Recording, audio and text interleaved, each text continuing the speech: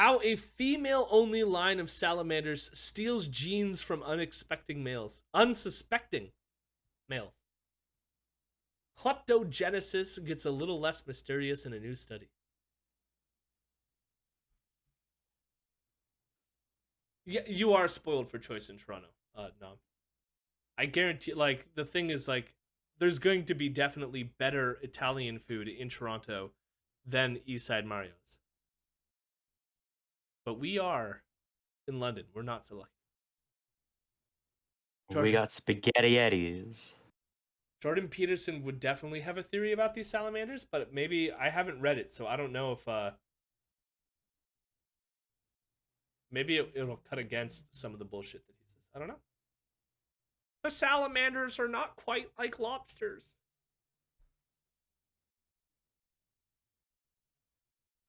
Oh, those thieving femoids? Yeah, exactly.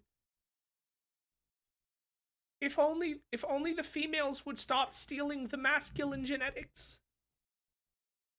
Pretty sure Harry Kim met some aliens like that. We'll find out. Imagine a lineage made up solely of women. See, this is already Jordan Peterson's not going to be happy about this. This is pure fucking chaos for him. Mm-hmm. Generation after generation, these females pilfer genes from males, not mating and reproducing in the usual way, but using sex as a means to collect genetic material that they can parcel out to their offspring in seemingly any configuration.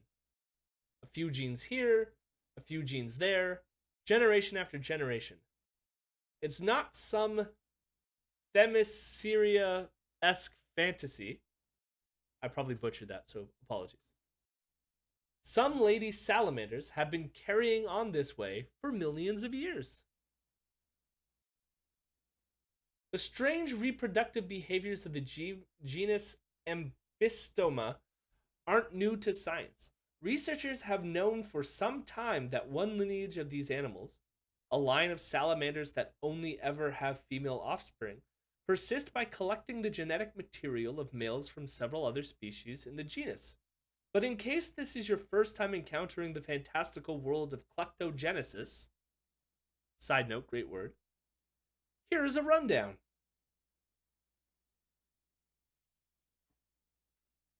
Learn to spell, mate. Who was it that was it Trucker Carlson? No, it was Cheese Minge. Did they say something offensive? Yeah, they were just like being annoying and trolly. I was worried that I was nervous about Trucker Carlson because the name could be someone making fun of Tucker or like promoting Tucker, and I was worried. Yeah, I mean, that account was only created yesterday, so I do have suspicions, but they haven't said anything else besides that one emote, so you're good. It's because the male lizards were weak. We just don't know what the rules are. Many members of the salamander genus Ambistoma are sexual creatures, by which we mean males drop sperm packets to fertilize female eggs, producing offspring with a set of genetic instructions from each of their two parents. But unisexual Ambistoma lizards do it better. These females pick up those packets, but they can gather more than one with which to fertilize their eggs. And once they do, it seems to be up to them to decide which parts of the genome, if any, they use from each of their mates. I'm curious about the up to them part of this. That's interesting. Yeah, but biology is so fucking like. Weird? I love when people are just like, oh, it's so simple. It's We gotta look blah up, blah blah. I can't remember the technical term. Clownfish are very weird. They're like sexual cycle. I, I might be wrong on the specifics, but there's something like, I think they're called heterohermaphroditic. And what that means is like I think it's the oldest of like the pack is the female. And when the female dies, the groups of male, they'll like, no, maybe it's not the, excuse me, that's the oldest. Something like the youngest the youngest becomes the next female, but like they're all male, so it like changes its sex. Hmm. And then when it dies, it gets replaced by the next female. And then someone brought that to my attention, one of my professors, and said that that's why like Finding Nemo was weird, because the dad was going to protect the son after the mom died so that the son could become the mom. No. Clownfish are weird. Not cuttlefish, clownfish. It is definitely clownfish.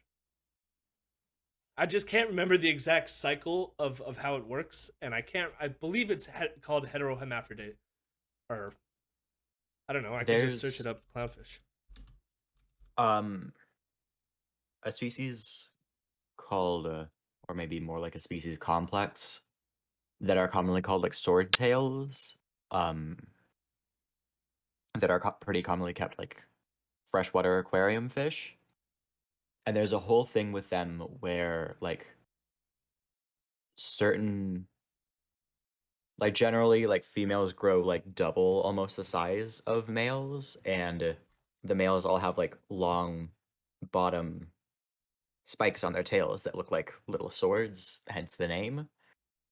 But for some reason, some of them will like they will look exactly like a female, with the exception of like not getting pregnant. And then once they match the size of like the normally way bigger females, then they'll like transition into being and acting like a male, and like they'll actually like grow male genitalia and everything like that. It's very interesting because I've owned those fish and seen it happen, and it's just like huh, Which fish is yeah, this? swordtails they're called. Interesting. So this is Yeah. the clownfish, and they're called anemone fish. So it says in a group of anemone fish, a strict dominance hierarchy exists. The largest and most aggressive female is found at the top. Only two anemone fish, a male and a female, in a group reproduce through external fertilization. Anemone fish are protandrous sequential hermaphrodites, meaning they develop into males first, and when they mature, they become females. If the female anemone fish is removed from the group, such as by death, one of the largest and most dominant males becomes a female. The remaining males move up a rank in the hierarchy. Clownfish. Hmm. Okay, back to the article. Most vertebrates that reproduce in ways that involve only females end up being sperm dependent in one way or another, says Maureen Nyman, associate professor in biology at the University of Iowa. Many of these lineages become sperm parasites, requiring sperm to penetrate their eggs in order to trigger development into embryos. They need that sperm to get things going, but they throw the genetic material away, essentially creating clone daughters while obeying the reproductive mechanics developed by their sexually reproducing ancestors. Interesting. Superficially, these salamanders seem to have a lot in common with those other females, Neiman says. But in fact, their bizarre method of reproduction has never been documented in another animal, and it's kept them alive for much longer than other methods of makeshift asexual reproduction. That's the other thing that's really interesting about asexuality in species, is that it doesn't exist for very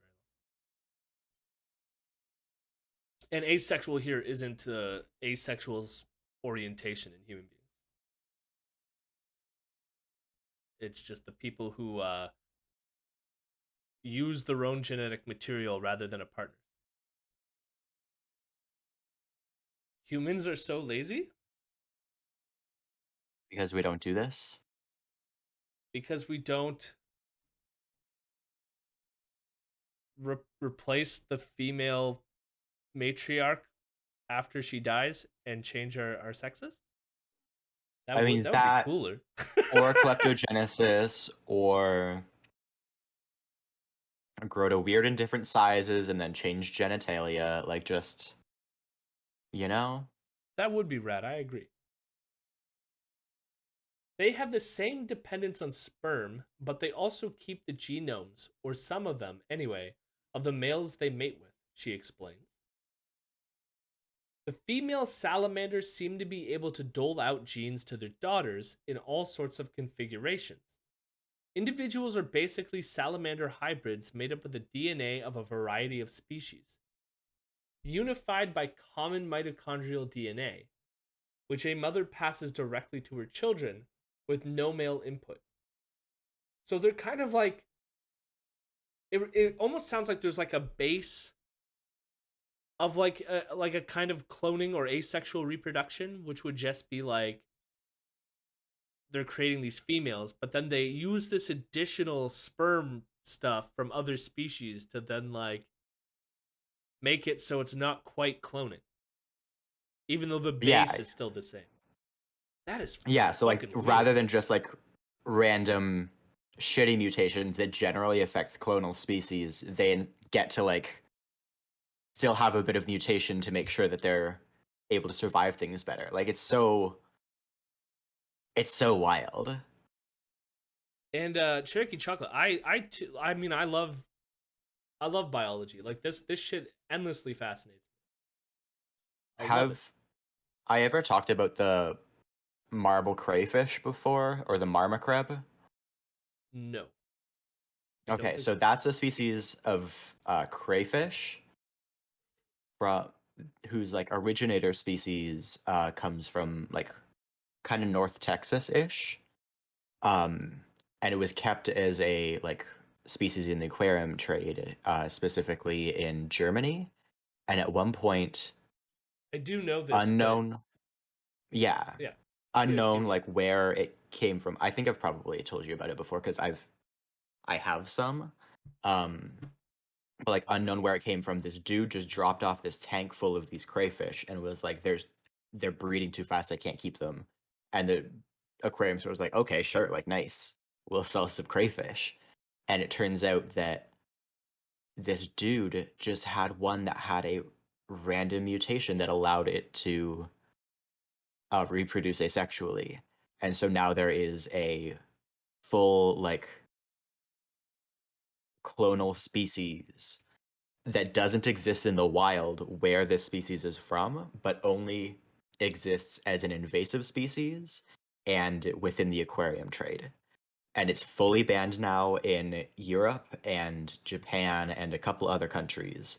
And it is fully invasive in Central Europe, in Madagascar, in China, and Invasive in that like it somewhere exists else. now in the wild. Yeah. Yeah.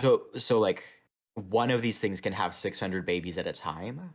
Well, I And remember. because they're all clones, they're less aggressive to each other than regular crayfish would be. Interesting. Yeah. And it only takes one getting into a place for it to create a whole like to it for it to invade a whole like ecosystem in the space of like a year or two.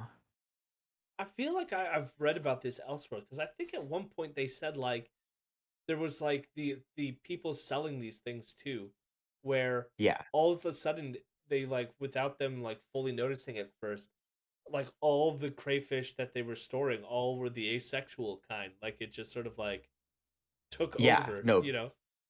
basically yeah. And this species has only existed since like 1995 was when that incident occurred in the German like pet store. Yeah. And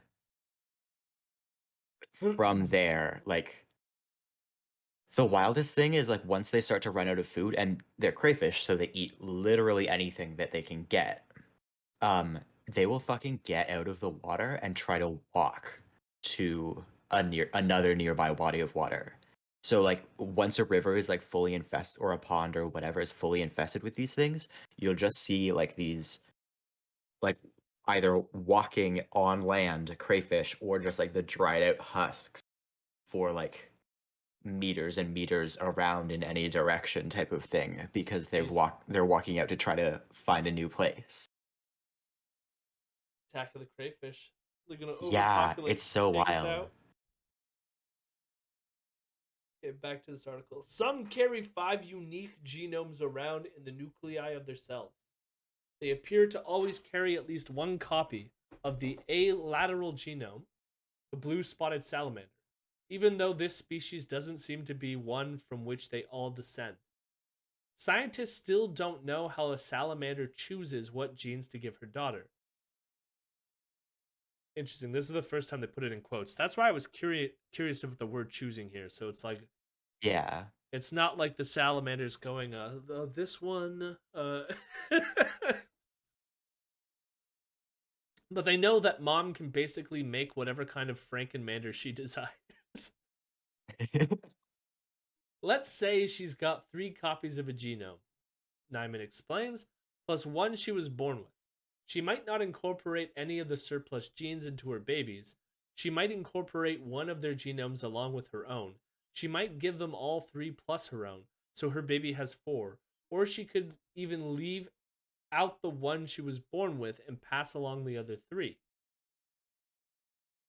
In a study published recently in Genome Biology and Evolution, Nyman and her colleagues at the University of Iowa and the Ohio State University, led by a graduate student from each lab, tried to puzzle out what the heck a salamander does when spoiled for gene choice, and they were fueled by more than just herpetological curiosity. We're interested in the broader question of why genomes are organized as they are in most animals, she says. We typically have 2 copies. Why is that?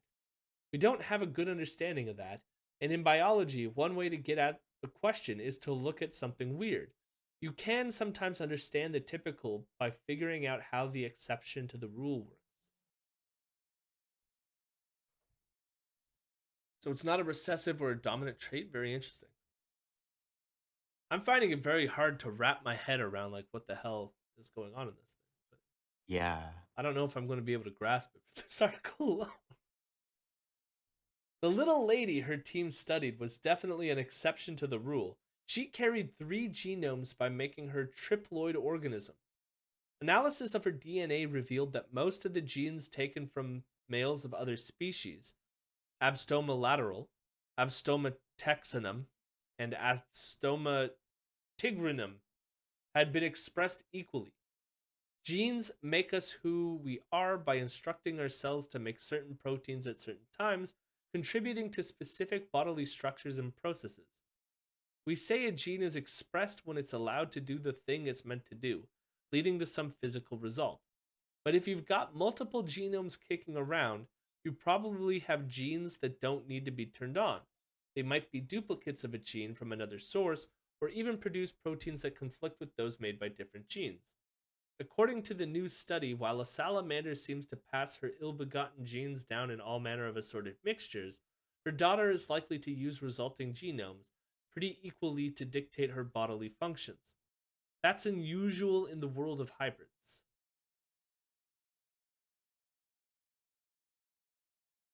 Interesting. That surprised us. Surprised me, Neiman says. When you have hybrids, you usually think one genome is going to be used preferentially, while the other is shut down. But these questions are typically asked in the context of plant hybrids. Many of the crops we grow today have been hybridized so much throughout their evolutionary history that they now carry many genomes. I mean, this is the case of where you get like various forms of like disease resistance too. Mm-hmm. Wheat has 6 copies of each of its 7 chromosomes.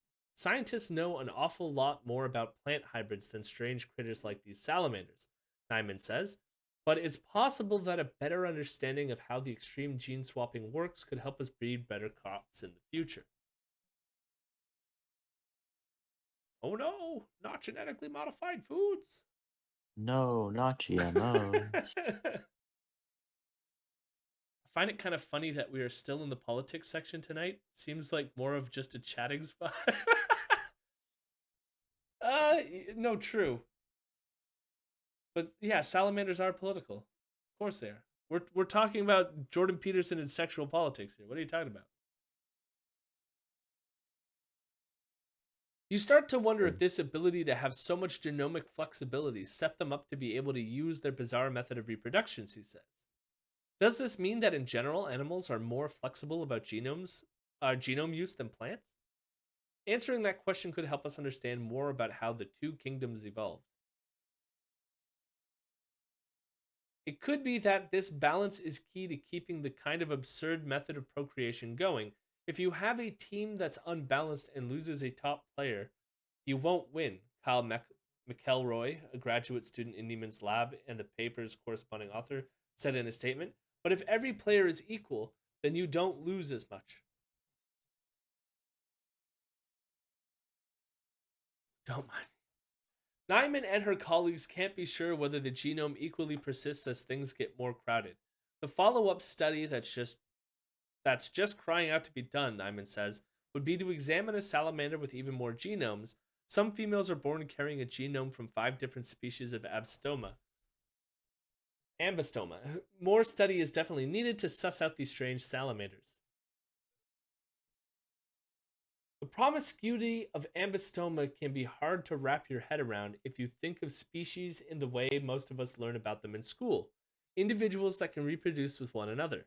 Hybrids like the unisexual members of Ambistoma muck that all up. They actually need to mate with multiple species in order to avoid extinction. Hell yeah. Hell yeah. Slutty salamanders. Interspecies slutty salamanders. And far from being sterile mules, their daughters continue to exhibit the incredible ability to steal and reconfigure genes for generation after generation. But Nyman says that the creatures are just one example of how fluid biology truly is. You're talking to an evolutionary biologist who thinks a lot of the talk about speciation is just hype, she says. We're humans. We like to put things in categories. Oh, I fucking love this. This was going to be what my thesis was going to all be about. But I'm not crazy about the idea that species are concrete in biology, because they're not. They're not. Fuck the species notion word. Form. That's the word. Defining a species is useful in terms of research, but I'd say these salamanders demonstrate the messiness of biology and evolution, the fascinating and complicated reality that remains when you take the human need to put things into neat categories out of the picture. That was pretty much my thesis statement, was like, nature doesn't care about our human propensity towards categorization. Yeah. Good night, Eric. Fuck categories. I hate categories. But it's true, like one of my favorite examples of this has always been the Siphonophore, which is a colony animal.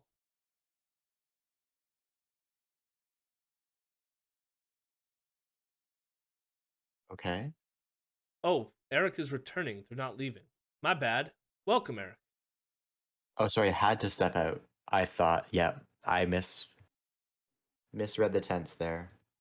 We read a brief article on salamander sex. And now I'm talking about Siphonophore.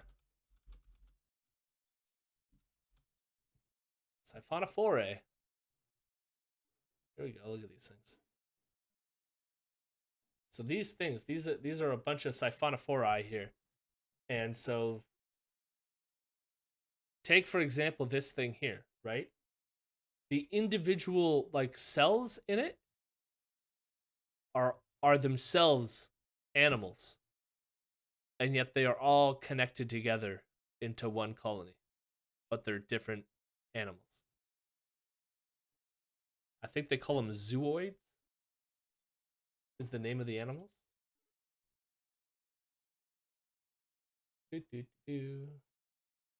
trying to find what's that one huge algae species that's just like a massive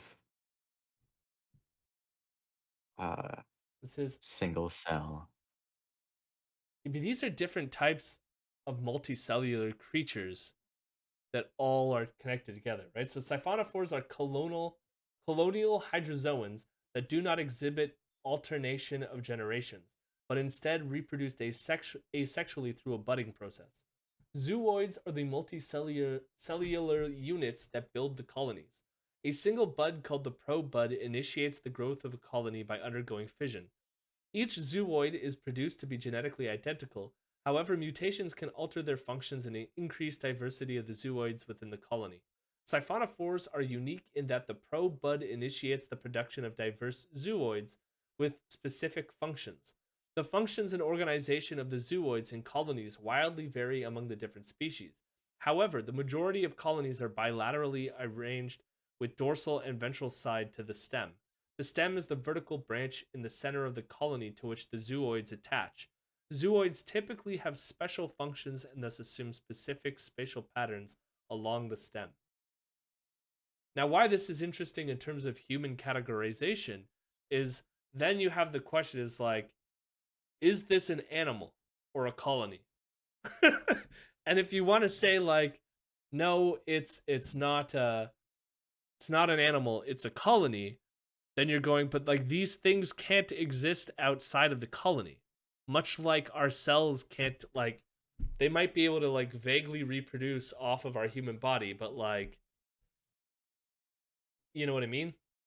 So there's a Yeah. sense in which the whole is a part like is a product of all its parts, just like we're a product of all our cells, and yet rather than just cells, they have multicellular organisms that are their cells that make up the whole. It's what is lichen? Lichen is like that because it's fungal, plant, and algae type of thing, Interesting. where it's just like it is a multi-species conglomeration that is still labeled as one species type of thing. I mean, humans too, if you really want to get into it. Like most of our cells are not quote unquote human, but they are distinctly and like irreversibly a part of us too. I think Eric is returned away. Whoop, boop, boop, boop. For the swarm indeed.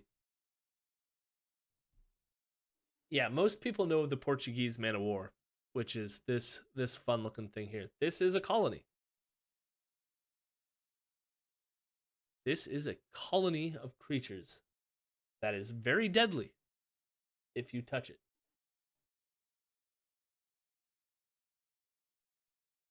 I sent you a DM on Discord that is the opposite of these. It's one giant fucked up cell.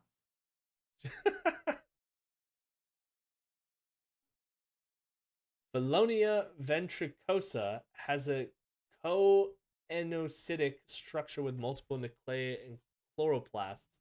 This organism possesses a large central vacuole, which is a multilobular in structure, lobules radiating from a central spheroid region. The entire cell contains several cytoplasmic domains, with each domain having a nucleus and a few chloroplasts. Cytoplasmic domains are interconnected by cytoplasmic bridges that are separated by microtubules. Yeah. So yeah, it is What a a single size. cell organism. Yeah. I don't see a size. In physiology. The single cell organism has forms ranging from spherical to ovoid, and the color varies from grass green to dark green. Although in water they may appear to be silver, teal, or even blackish. This is determined by the quantity of chloroplasts of the specimen. The surface of the cell shines like glass when clean due to being extremely smooth with no texture. The thallus consists of a thin walled, tough multinucleate cell with a diameter that ranges typically from 1 to 4 centimeters, although it may achieve a diameter of up to 5.1 centimeters in rare cases. The bubble alga is attached by rhizoids to the substrate fibers. A 2-inch single cell. Yeah, Like, look at it. and it reproduces through cell division still. Like, you can watch it divide into two. This thing Like, that is like a ball. what is it called? Valonia ventricosa. Yeah. I'm Yeah, seeing look if it up there's on an images because there's a photo of somebody holding one. For like size scale, it's huge. got a video here. It's long. I just want to watch it reproduce here. If I asked you to picture a single cell, I bet you'd imagine something super tiny that you had to science look person, at I through a just wanna see microscope, them which is totally reproduce. valid considering the vast majority of cells on Give a this planet. shit about your I was- explanations. I was promised reproduction by the title, and I don't see any video of the reproduction. Ooh. I just see pictures. How dare you betray me like this? How dare you? Hi, I'm science person. Regard my facial hair choices.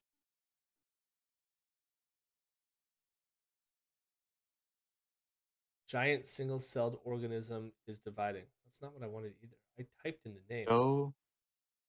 Just go to images and look at it. Oh, Sailor's eyeball, that's it. Where? Sorry? Further up? This? You passed it already. Oh, sailor's eyeball?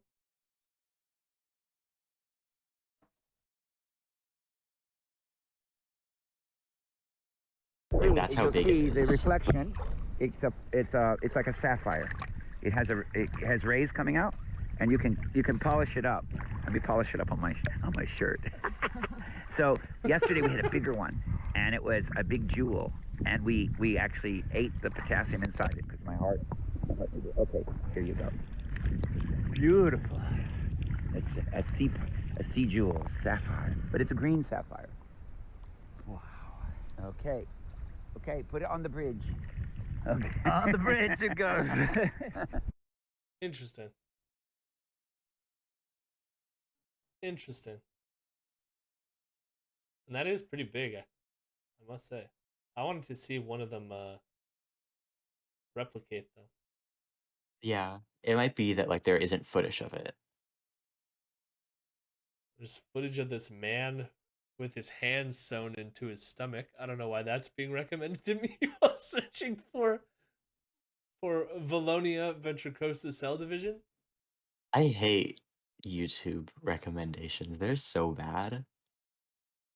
Jesus. Forbidden grape. It is the forbidden grape. I bet you could eat it. Well, he said he did. He said he ate it for the Yeah. potassium. I wonder if you can eat the outside or if it's Although just the I don't know if- inside. I don't know if I want to trust. See the reflection. You don't trust him? old man sailor here. Are we down to the sea? Got all my nutrients. Let me polish it up on my shirt.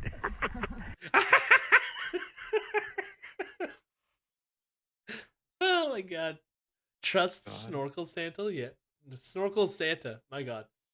I think we're just about done. I think my brain has officially rotted, but pretty cool. Pretty cool.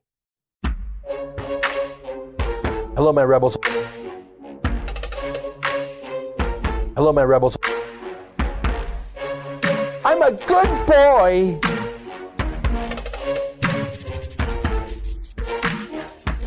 I'm a weirdo.